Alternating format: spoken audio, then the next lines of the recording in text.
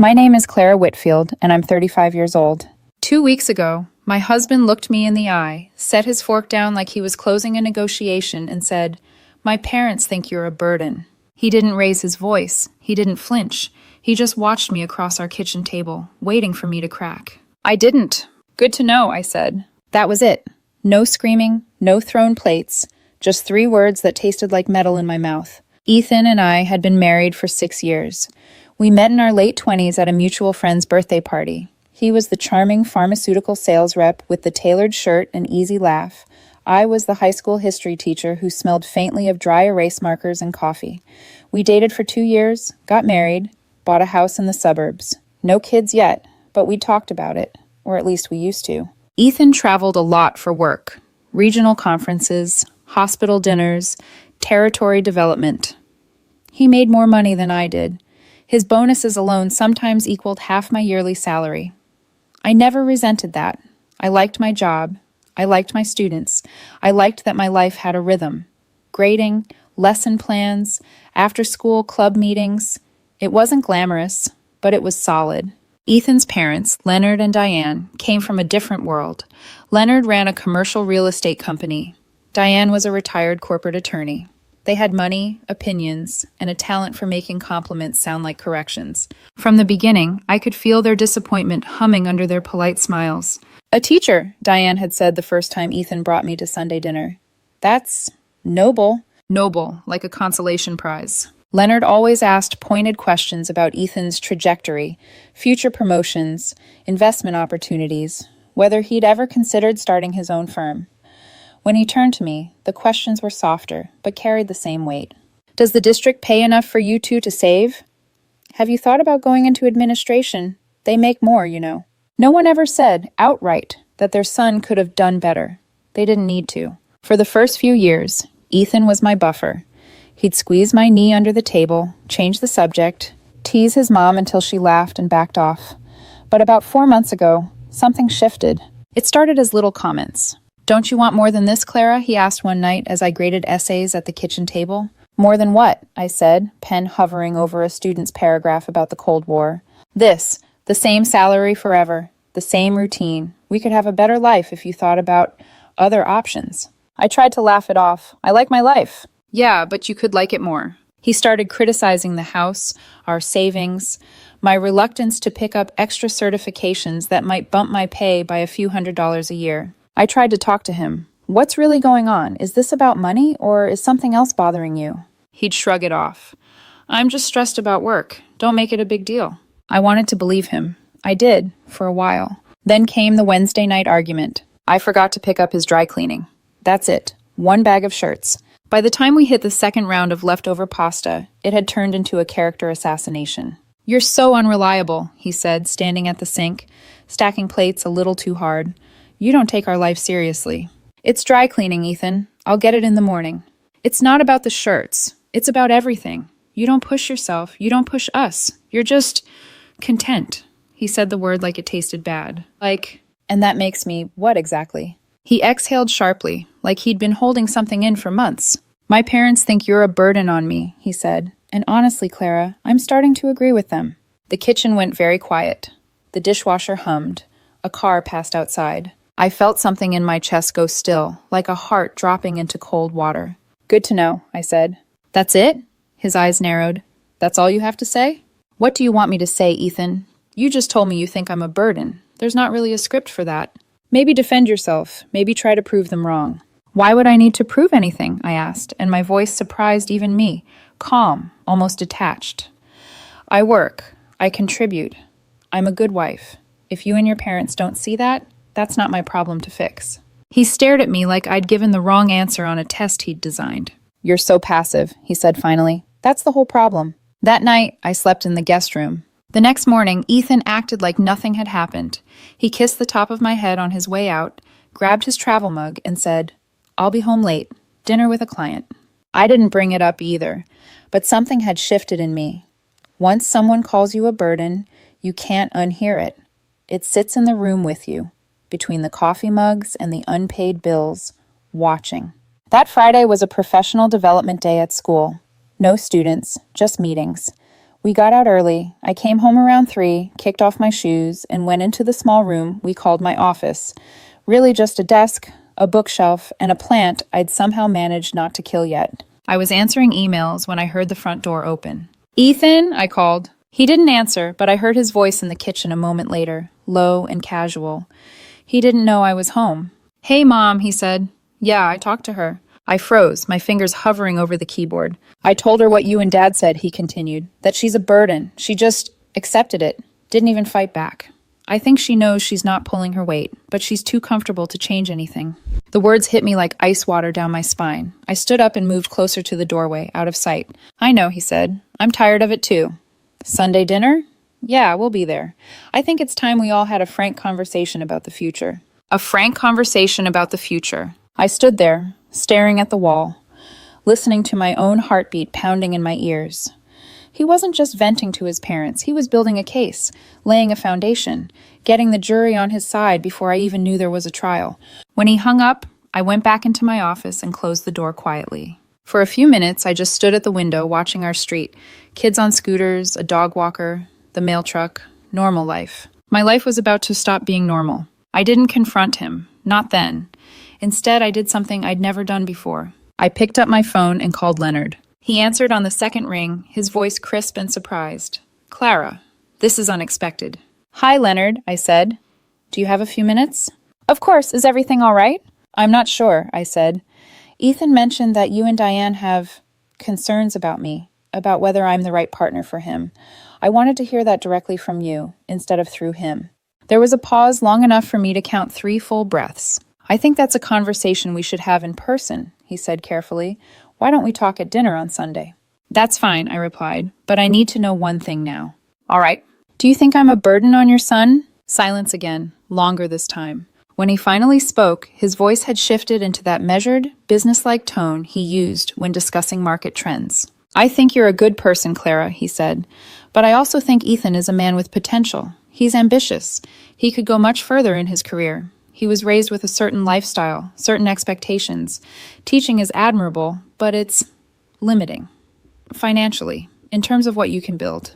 "So you do think I'm holding him back?" I said. "I think," Leonard replied, "that he deserves a partner who matches his drive and financial capability, someone who can move in the same circles he does." "And you've been discussing this with him?" "We discuss everything with our son. We're a close family." "Got it," I said. "We'll see you Sunday." When I hung up, my hands were shaking. I stood there for a long time, staring at my reflection in the dark computer screen. A woman with tired eyes and a coffee stain on her sweater.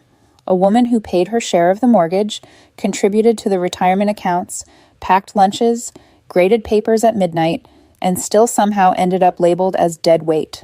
Something in me hardened. I scrolled through my contacts until I found the name I was looking for. Naomi Blake. We'd gone to college together. I'd become a teacher. She'd gone into law enforcement, then left to become a licensed private investigator. We hadn't talked in over a year, just the occasional birthday text. I hit call. "Clara," Naomi answered on the second ring. "Wow, long time."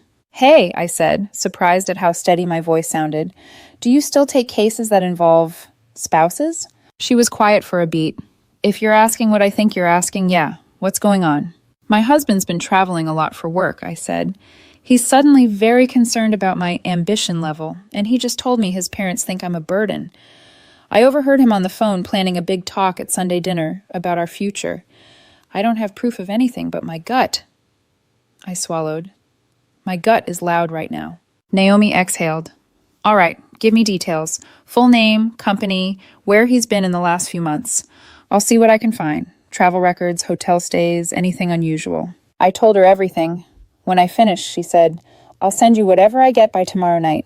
"Thank you," I whispered. "Clara," she added, her voice softening, "whatever I find, you're not crazy for wanting to know the truth." That night, Ethan was working late. I didn't ask questions. I lay in bed in the guest room, staring at the ceiling, feeling the shape of my life shifting under me like tectonic plates. Memories flooded back. Ethan holding my hand during our wedding vows, laughing with my students on career day, Diane's tight smile when she asked if I ever regretted settling for teaching. I'd always assumed the story we were living was good enough for both of us. I was starting to realize Ethan had been rewriting it without telling me. Saturday night, around 10, my phone buzzed. Naomi had sent me a file. I opened it and scrolled. Hotel receipts in cities where Ethan had supposedly been for work, always 2-night stays. Nicer hotels than his company usually booked. Charges at restaurants, almost always for 2. And a name that appeared over and over again. Vanessa Morales, Regional Sales Director. Ethan's superior.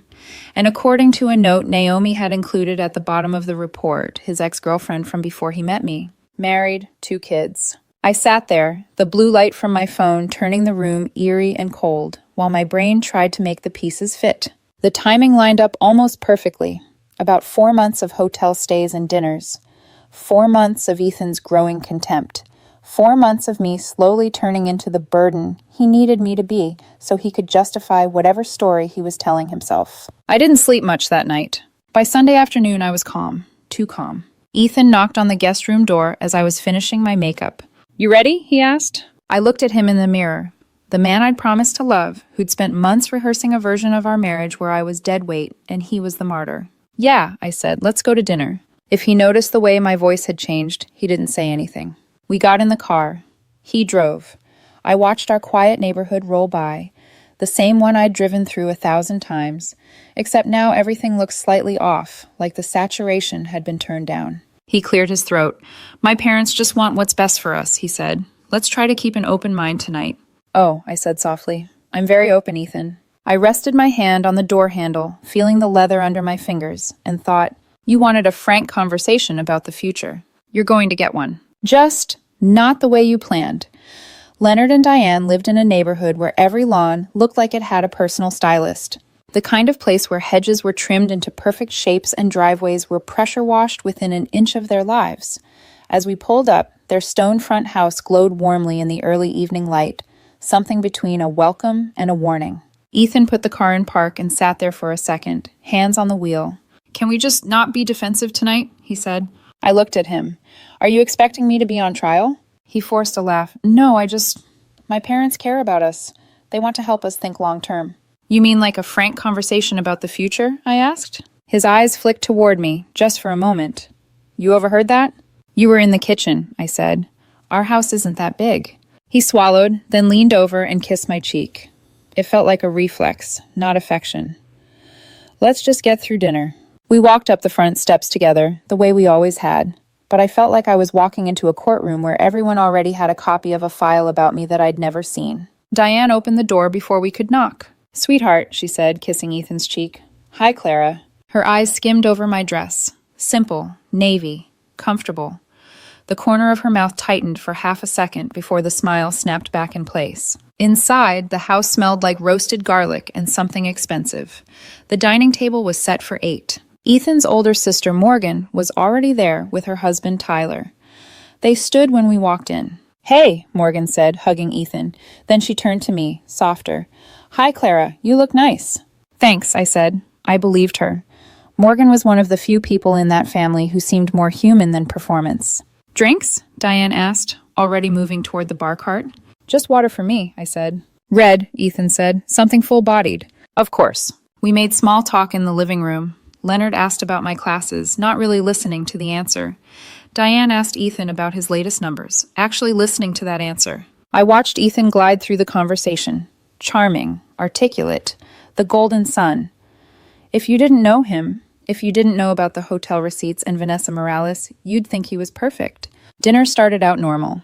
Salad, light jokes, the clink of silverware against china. At one point, Morgan caught my eye and gave me a little smile, like she could feel something in the air too, but didn't know what it was yet. Halfway through the main course, Ethan cleared his throat. "Here we go," I thought. "So," he said, setting his fork down. "Mom, Dad, everyone. I wanted to talk about something important." Diane placed her napkin delicately on the table. "Of course, honey. What is it?" Ethan glanced at me and then at his parents, his expression solemn, almost pained. The performance was good. If I hadn't seen the receipts, I might have believed him.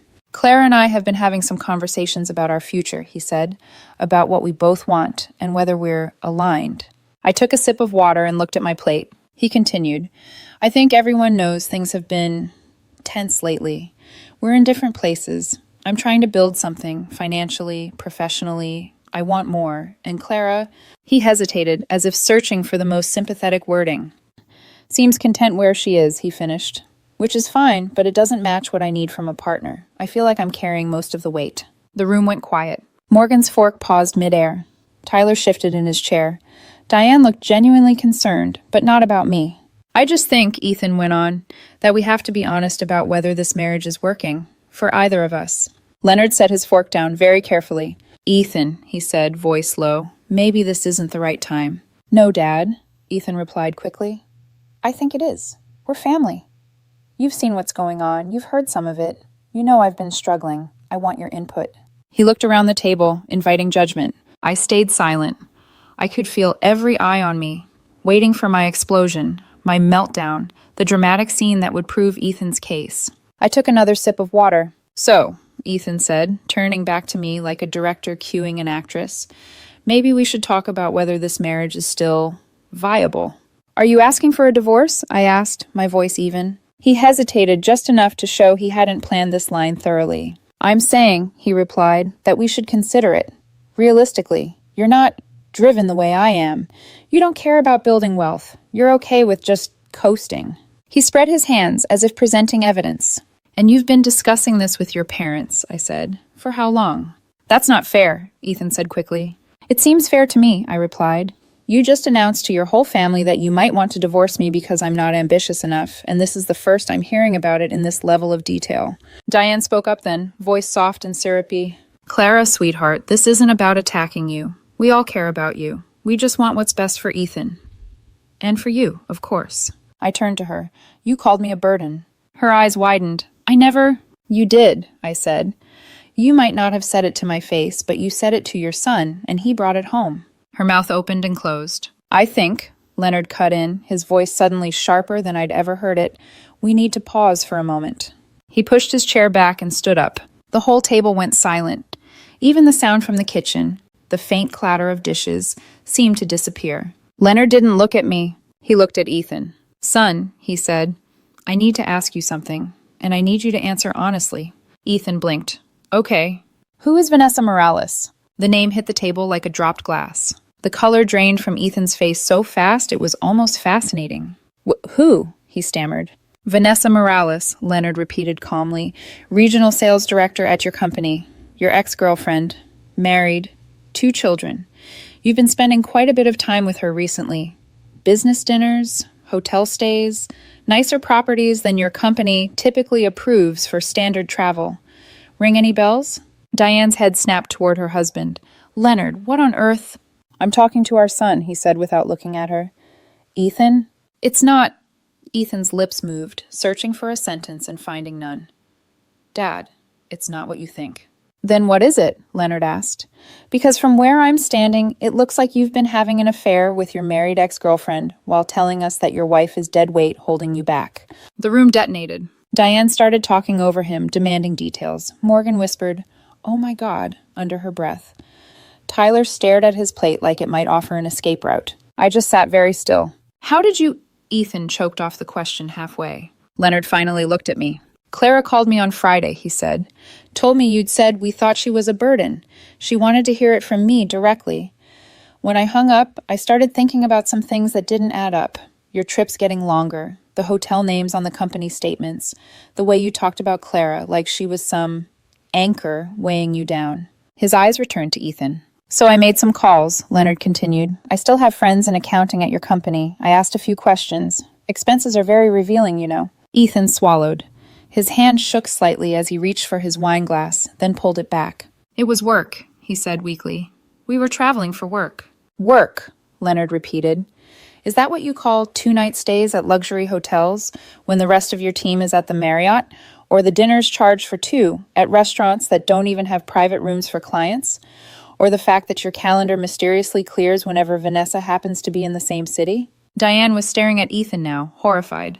Tell me this isn't true, she whispered. Mom, He dragged his hands through his hair. It just happened, okay? It wasn't serious. It was... Nothing just happens, Leonard snapped.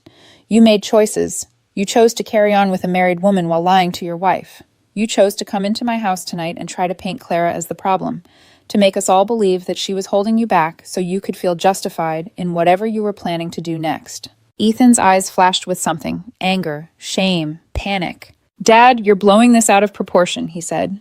Clara and I have had issues for a long time. She's never supported my ambitions.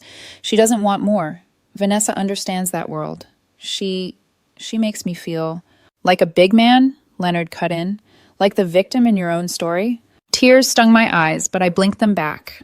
I wasn't going to give Ethan the satisfaction of watching me fall apart. I knew about Vanessa, I said quietly. Everyone turned to look at me. I hired a private investigator, I continued. When I heard you on the phone with your mother, planning a frank conversation about the future, I figured something was coming. I didn't know your father would corroborate it this way. Ethan stared at me like I'd slapped him. You knew? He said. And you came here anyway? Yes, I said. I wanted to hear what role I was going to play in your little presentation.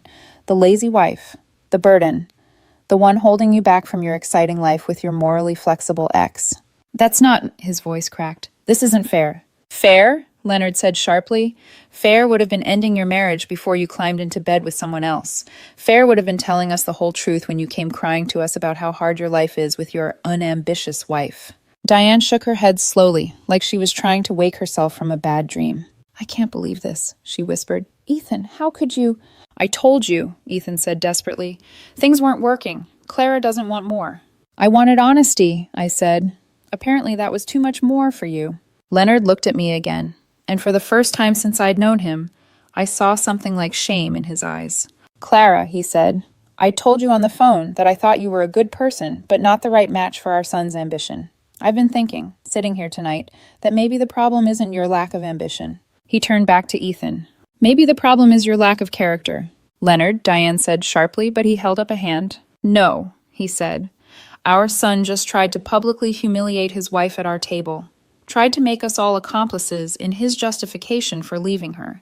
And he failed to mention the part where he's been cheating on her with a married woman. I won't be part of rewriting this story to make him the noble victim. The room felt smaller, the air thicker. I pushed my chair back and stood up. Thank you for your hospitality, I said, my voice steadier than I felt. And thank you, Leonard, for telling the truth. Clara, wait, Ethan said, standing up too. We're not done talking about this. We are, I replied. You made your case. Your parents heard it. They also heard mine, whether you wanted them to or not. What happens now? He asked, looking a little lost for the first time. Now, I said, I go home. Tomorrow I call a lawyer. I'll be filing for divorce this week. You can stay at the house until we figure out living arrangements, but I want you in the guest room. Diane pressed her fingers to her lips. Clara, she said, please, can't you two try to work this out? I turned to her. You spent years implying your son deserved better than me because he made more money, I said. You made it very clear where your priorities were. This is one of the outcomes of that. You can figure out the rest with him. Morgan stood up slowly. If you ever need anything, she said quietly, you can call me. Thank you, I said, and I meant it. I picked up my purse, walked out of the perfect dining room in the perfect house on the perfect street, and stepped into the cool evening air. As I closed the front door behind me, I realized something. For the first time in a long time, I wasn't the one being weighed. I was the one walking away. The drive home was silent. Not the peaceful kind. This was the kind of silence that has shape and weight, the kind that sits in your lap and refuses to move. Ethan gripped the steering wheel so tightly I could see the tendons standing out on the back of his hands.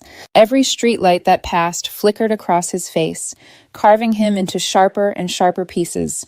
When we pulled into the driveway, he didn't get out right away.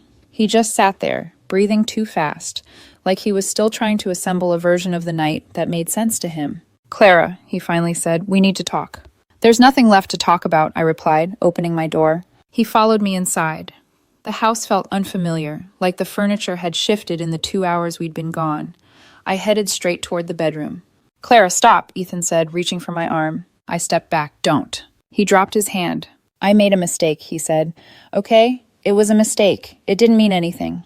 You had an affair for 4 months. It wasn't, he stopped, swallowed. It wasn't like that. I was stressed. Vanessa, she understood me. She listened. We connected. So you slept with her? His jaw flexed. It wasn't serious. I gave a humorless laugh. You know what's funny? You've been treating me like a burden for months, criticizing my job, my income, my ambition, all while you were sneaking around with someone from your past. Because I felt guilty, he snapped. I was trying to justify it. I know that's not an excuse, but No, I said, it's not an excuse. It's cruelty. His face crumpled for the first time. He looked younger, frightened, stripped of his arrogance. Can we fix this? He asked, voice cracking. We can go to counseling. I'll end things with Vanessa. I'll do whatever you want. I'll change. No, I said simply. He stared at me like he hadn't heard correctly. No? You destroyed this marriage, I said, and you don't get to fix it now that you've been caught. He dragged a hand through his hair. Clara, please. You had 4 months to stop, I said. 4 months. You could have confessed. You could have come clean. You could have broken up with me before humiliating me in front of your parents. Instead, you planned a theatrical performance where I was the villain who held you back. He flinched. The only thing that went wrong, I continued, was that your father found the receipts before you could finish your monologue. His shoulders sagged. What happens now? He whispered. I file for divorce. We split assets. You move into the guest room. He swallowed hard. My parents. Your parents know what you did, I said. That's your relationship to repair, not mine. I walked past him and into our bedroom. He stayed in the hallway, looking like he didn't know whether to follow or collapse. That night, I packed clothes into a suitcase and carried it into the guest room. I shut the door, turned off the light, and lay awake, staring at the ceiling. I wasn't crying. I wasn't shaking. I felt hollow but steady. For the first time in months, I didn't feel like I was losing my mind. I felt like I was finally waking up. The next morning, I made coffee, sat at the kitchen table, and called a divorce attorney. Ethan walked in halfway through the call. His eyes were red. He looked like he'd barely slept. Clara. I held up a finger. Yes, I said into the phone. I can come in this afternoon. When I hung up, Ethan sank into the chair across from me. You're really doing this. I am, I said. He pressed the heels of his palms into his eyes. I messed up. Yes, I agreed. You did. I thought... He let out a breath that sounded like defeat. I thought you loved me enough to fight for us. I did love you enough, I said. You didn't love me enough not to betray me. He closed his eyes. That dinner, I added, was the last time you'll ever get to rewrite our story. The next 2 weeks were a strange limbo. Ethan moved into the guest room like I asked. We lived like polite strangers who shared Wi-Fi and avoided eye contact in the hallway. Every day felt eerie. He'd go to work. I'd teach. We'd come home, eat in separate rooms, breathe the same air, but not the same life. One night, I heard him crying softly behind his door. I didn't go in. A week after the dinner, Leonard called. Clara, he said, I owe you an apology. You don't owe me anything, I replied. You exposed what needed to be exposed. I should have trusted my instincts about you, he said. You're a good woman. I let Diane's obsession with status cloud my judgment.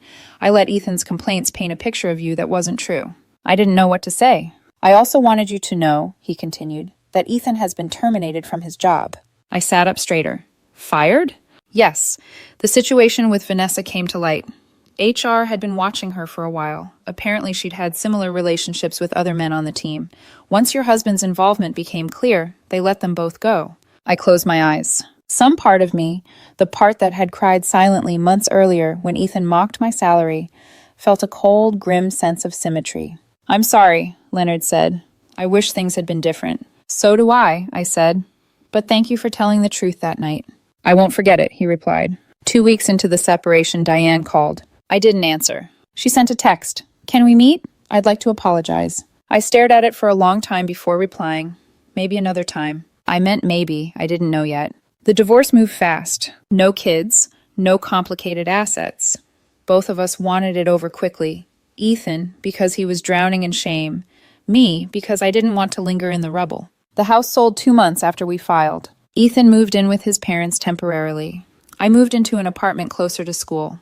It wasn't glamorous. Small kitchen, slightly noisy neighbors, but it was mine. It was quiet in a way that didn't feel like punishment. 6 weeks after the divorce papers were filed, Diane reached out again. This time she asked for coffee, not closure. I agreed. We met at a little cafe with mismatched chairs and lattes served in oversized mugs. She looked older than I remembered, softer, like someone had taken the polish to her armor and worn it down. Clara, she said, voice trembling, I need to apologize.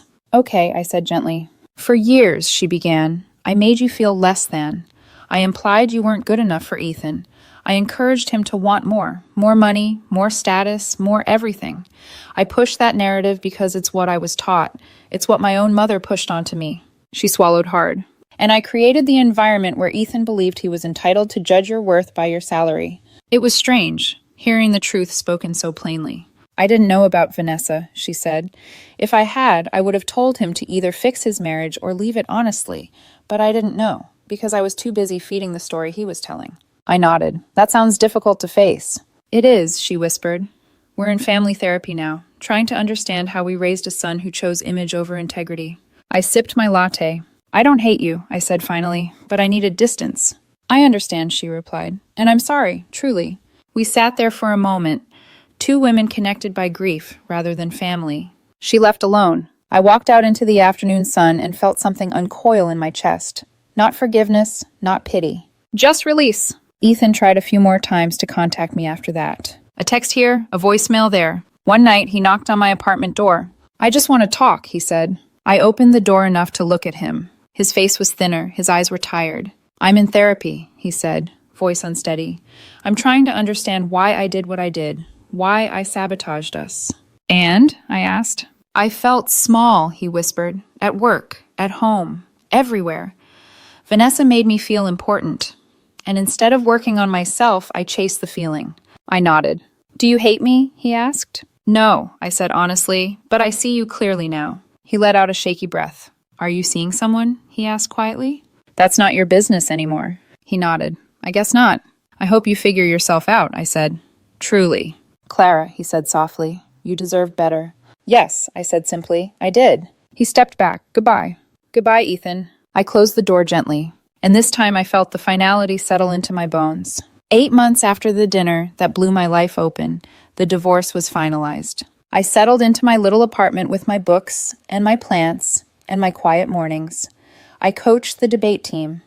I picked up weekend motorcycle rides, something I'd always wanted to try, but never felt cool enough for in Ethan's world. I started sleeping through the night again. I started laughing again. I started becoming someone who didn't care about matching anyone's ambition except her own. Sometimes Leonard texts to check in. Sometimes Morgan calls and we talk about everything except Ethan. But mostly it's just me. Me, my steady life, my steady heart, my steady sense that I am enough. I don't need to prove my worth to anyone. Least of all, the man who tried to convince me I had none. 8 months passed, and life began to stretch itself out in quieter, calmer shapes around me. But healing isn't a single sunrise. It's 1,000 small decisions to choose yourself again and again, on days when it feels easy and on days when it feels impossible. Some days I woke up grateful. Other days I woke up angry. But every day I woke up as myself. No apologies, no shrinking. The school year rolled on. My students asked more questions. I gave more thoughtful answers. I started a unit where we compared personal narratives across different wars, how the stories people tell about themselves shift, depending on what they need to survive. One afternoon, as a student handed in an essay, she said, Ms. Whitfield, you seem happier this year.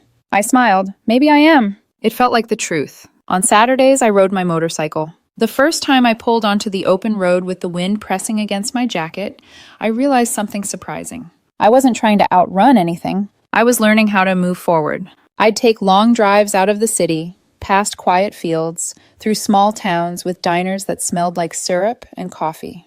Sometimes I stopped and wrote little notes to myself, things I wished I'd known sooner. You don't have to make yourself smaller for someone else's comfort. Love isn't a performance review. You deserve to be chosen without needing to audition. These small truths became the ballast I'd been missing, the weight that kept me steady. Every few months, a message from Leonard popped up on my phone. Thinking of you. Hope you're well. I appreciated the gentleness of it. No advice, no excuses, just acknowledgement. Morgan reached out more often. We got lunch sometimes, avoiding the topic of Ethan unless it naturally came up. He's working through some things, she said once, stirring her iced tea. I hope so, I replied. And I meant it. Healing is still healing, even when it happens in houses you've left behind. And then, one afternoon in early spring, I saw Ethan again. I was leaving the grocery store, keys in hand, when I spotted him standing beside his car. He looked thinner, older, not defeated, exactly, but softer around the edges. He noticed me and hesitated before lifting a hand in greeting. I walked over. Hi, he said. Hi, I replied. There was a long pause. Not uncomfortable, just honest. How are you? He asked. I'm good, I said. Really good. He nodded. I'm glad. He looked down, then back at me. I'm in a different job now, not sales. Something quieter, more structure. I see a therapist every week. I'm glad for that too, he swallowed. I think I finally understand how much I hurt you. I didn't respond immediately. Some wounds don't need salt or stitches. They just need acknowledgement. He continued softly, I'm sorry. Not the panicked kind of sorry I said before. The real kind. I should have said it a year ago. You're saying it now, I said. That's something. He exhaled, slow. You look happy. I am. He gave a small, bittersweet smile. Good. You always deserve better than what I gave you. I nodded. I hope you find someone who learns that faster, I said gently. He let out a quiet laugh. I'm working on becoming someone who could deserve that. We said goodbye. He didn't ask to stay in touch, and I didn't offer. It felt right. Clean, complete, the kind of ending most people don't get.